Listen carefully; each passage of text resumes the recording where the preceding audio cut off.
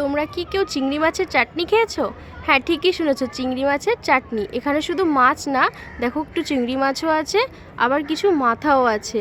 তো এগুলো দিয়ে চিংড়ি মাছের চাটনি রেসিপি শেয়ার করব আমাদের এই চ্যানেলে, আর সেটা বানাবে মা। তো চলো দেখতে থাকো ভিডিওটা শেষ অবধি। এই যে আমাদের কড়াইতে তেল গরম হয়ে গেছে, এবার একে একে চিংড়ি মাছের মাথাগুলো আর যে চিংড়ি মাছটা ওটা দিয়ে দেওয়া হচ্ছে বা ভেজে নেওয়া হবে। এবার এর মধ্যে দিয়ে দেওয়া হচ্ছে পরিমাণ মতো লবণ, এটা হালকা ভাজা হবে, ঠিক আছে। এবার দিয়ে দেওয়া হচ্ছে পরিমাণ মতো হলুদ গুঁড়ো, আর এই মুহূর্তে দিয়ে দেওয়া হচ্ছে দুটো কাঁচা লঙ্কা। যেহেতু এটা অল্প পরিমাণে আছে, আপনারা আপনাদের পরিমাণ অনুযায়ী লঙ্কাটা নেবেন। আর এবার কাঁচা লঙ্কাটা আর তার সাথে রসুনও দিয়ে দেওয়া হচ্ছে, এটা ভাজা হয়ে যাবে একসাথে। আর এটার যেই গন্ধটা আসবে সেটাই ফ্লেভারটা আনবে। এই যে আমাদের ভালো করে এটা ভাজা হয়ে গেছে।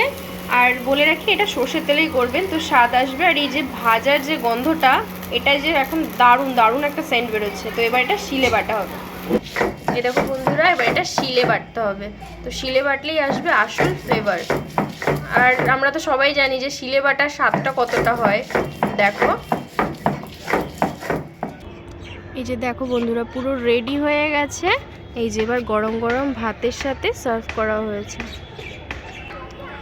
শীতের দুপুরে গরম বেশ রোদ্রে বসে খাওয়ার মজাটাই আলাদা। তো বলো কেমন হয়েছে, জানিও কমেন্টে। আর ভালো লাগলে লাইক করো, কমেন্ট করো, সাবস্ক্রাইব করো অবশ্যই, নতুন যারা আছো। আজকের মতো টাটা।